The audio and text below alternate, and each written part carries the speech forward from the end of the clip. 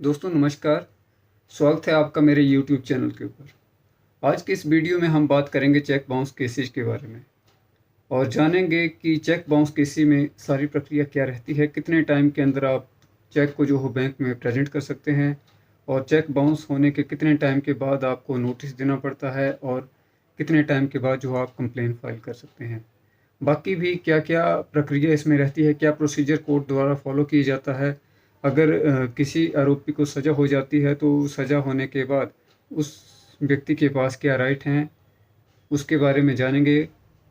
तो बने रहिए आप मेरे इस वीडियो में और डिटेल में सारी चर्चा करेंगे इस वीडियो में चेक बाउंस केसेस के बारे में। पहले बात कर लेते हैं चेक के बारे में। जब कोई व्यक्ति आपको चेक देता है और तो उस चेक की जो वैलिडिटी होती है वो 3 महीने होती है। 3 महीने के अंदर आपको उस चेक को अपने बैंक में प्रेजेंट करना पड़ता है और जब आप उस चेक को बैंक में प्रेजेंट कर देते हैं विद इन टाइम, और अगर वो चेक फंड इनसफिशेंट या किसी और वजह के कारण जैसे कि पेमेंट्स जो हो स्टॉप करवा दी जाती है कई बार, या कोई और भी रीज़न हो, मतलब वो पेमेंट आपको नहीं हो पाती है उस चेक अमाउंट की, तो ये माना जाता है कि वो चेक बाउंस हो गया है। चेक बाउंस होने के बाद बैंक जो हो एक रिटर्न मेमो तैयार करेगा और आपको इंटीमेशन दे देगा कि ये जो आपने चेक प्रेजेंट किया था वो बाउंस हो गया है। चेक बाउंस होने के बाद जैसे आपको इंटीमेशन आ जाती है तो उस इंटीमेशन के दिन से आपके पास 1 महीने का टाइम है। आपको उस 1 महीने के अंदर अंदर उस व्यक्ति को जिसने आपको चेक दिया है उसे एक डिमांड नोटिस जो हो देना पड़ेगा। डिमांड नोटिस में आपको उसे बताना पड़ेगा कि जो आपने चेक दिया था वो बाउंस हो गया है और इसकी जो पेमेंट है वो आप 15 दिन के अंदर अंदर कर दीजिए। तो जो 15 दिन का टाइम है वो उस दिन से स्टार्ट होगा जिस दिन से उस व्यक्ति को वो आपका नोटिस मिल जाता है।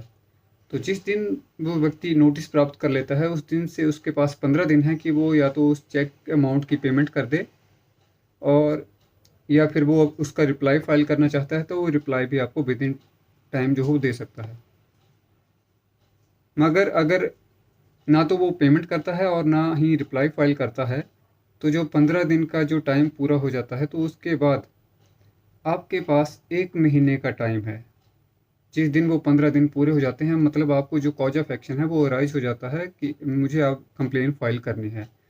तो उस जो जिस दिन 15 दिन समाप्त हो गए उस दिन से 1 महीना आपके पास है। आप उस 1 महीने के अंदर अंदर जो है कोर्ट के अंदर कंप्लेन फाइल कर सकते हैं। तो जिस वक्त आप कंप्लेन फाइल करेंगे तो जो पावर है वो पावर रहती है जुडिशियल मैजिस्ट्रेट फर्स्ट क्लास के पास या मेट्रोपॉलिटन मैजिस्ट्रेट के पास। वहाँ आप कंप्लेन फाइल कर सकते हैं। कंप्लेन फाइल करने के बाद कोर्ट जो है वो अक्यूज़ को नोटिस करता है और नोटिस करने के बाद जो है उससे पूछा जाता है, उससे उससे नोटिस ऑफ एक्विजिशन जो हो फ्रेम किया जाता है। अगर वो फैक्ट्स को डिनाई करता है कि मैं इस केस को कंटेस्ट करना चाहता हूँ और मैंने चेक जारी नहीं किया था, या कोई भी वजह बताता है, तो कोर्ट एविडेंस के ऊपर उस केस को लगा देता है। एविडेंस होने के बाद स्टेटमेंट ऑफ अक्यूज होती है और आर्गूमेंट होते हैं, और आर्गूमेंट के बाद जो कोर्ट अपना फाइनल ऑर्डर सुनाता है।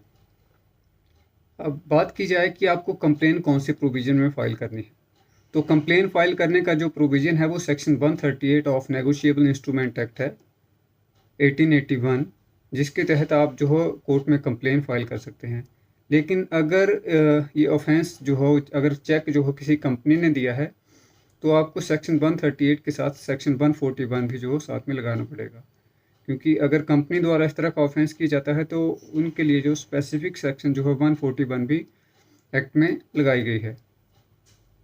तो सेक्शन तो रहेंगी 138 जो जिसमें आप कंप्लेन फाइल कर सकते हैं। बाकी कंपनीज के लिए मैंने आपको साथ में बता दिया कि 141 के तहत भी आपको साथ में उसमें मेंशन करना पड़ेगा। इस सब के बाद जो प्रिजम्पशन रहती है, तो जो प्रिजम्पशन है वो सेक्शन 139 में जो प्रिजम्पशन रखी है कोर्ट में उसमें सेल्फ प्रज्यूम है। मतलब कि कोर्ट भी ये मान करके ही चलेगा कि आपने जो चेक दिया है वो किसी स्पेसिफिक लाइबिलिटी को परफॉर्म करने के लिए, किसी अमाउंट को रिटर्न करने के लिए ही आपने चेक दिया है। इसमें एक्यूज को ये रहता है कि जब तक कि आप इस प्रजम्पशन को रिवर्ट नहीं कर देते तब तक कोर्ट जो हो आपके फेवर में डिसीजन नहीं देगा। तो उस प्रजम्पशन को जो आपको रिवर्ट करना पड़ता है। इसके अलावा जो हो एक नया प्रोविज़न 2018 की 19 में जो अमेंडमेंट हुई थी, उसमें ये ऐड किया गया था कि सेक्शन 143A, जिसके तहत जो है वो कंप्लेनेंट इनिशियल स्टेट में जिस वक्त नोटिस ऑफ एक्विजिशन फ्रेम होता है, तो आप जो है उसका जो चेक अमाउंट है उसका 20% जो है एज अ इंटरिम कंपनसेशन के रूप में क्लेम कर सकते हैं, जिसमें अक्यूज को जो है डायरेक्शन दी जाती है कि वो आपको जो चेक अमाउंट का 20% अमाउंट है वो आपको उसी समय पे करे। तो ये तो रह गए, ये तो प्रोसीजर आ गया कि आप किस तरह से जो हो कोर्ट में प्रोसीड करना है। लेकिन अगर आपको लास्टली जैसे कि जिस वक्त कोर्ट ऑर्डर करता है और कन्विक्टेड कर देता है अक्यूज को, तो आगे अक्यूज के क्या राइट रहेंगे। अगर अक्यूज को जो हो कन्विक्ट किया जाता है और अक्यूज जो हो आगे उस केस की अपील करना चाहता है, तो उसे उसी वक्त जो हो जिस वक्त ऑर्डर अनाउंस हो रहा है, उसी समय ऑर्डर अनाउंस होने के बाद सेक्शन 389 क्लॉज 3 CRPC के तहत एप्लीकेशन देनी पड़ेगी सस्पेंशन ऑफ सेंटेंस। और कोर्ट जो है उस जो सेंटेंस अनाउंस की है उसको सस्पेंड कर देता है।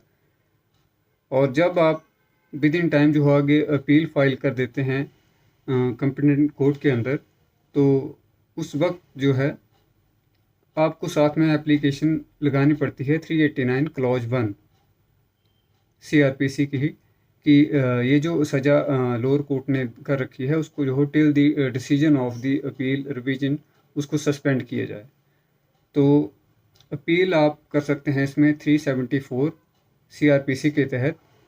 बाकी इस केस में जो सज़ा का जो प्रावधान है, तो उसमें सेक्शन 138 में ही ये बताया गया है कि 2 साल तक की मैक्सिमम सज़ा जो है वो इस केस में जुडिशियल मैजिस्ट्रेट जो है वो अनाउंस कर सकते हैं।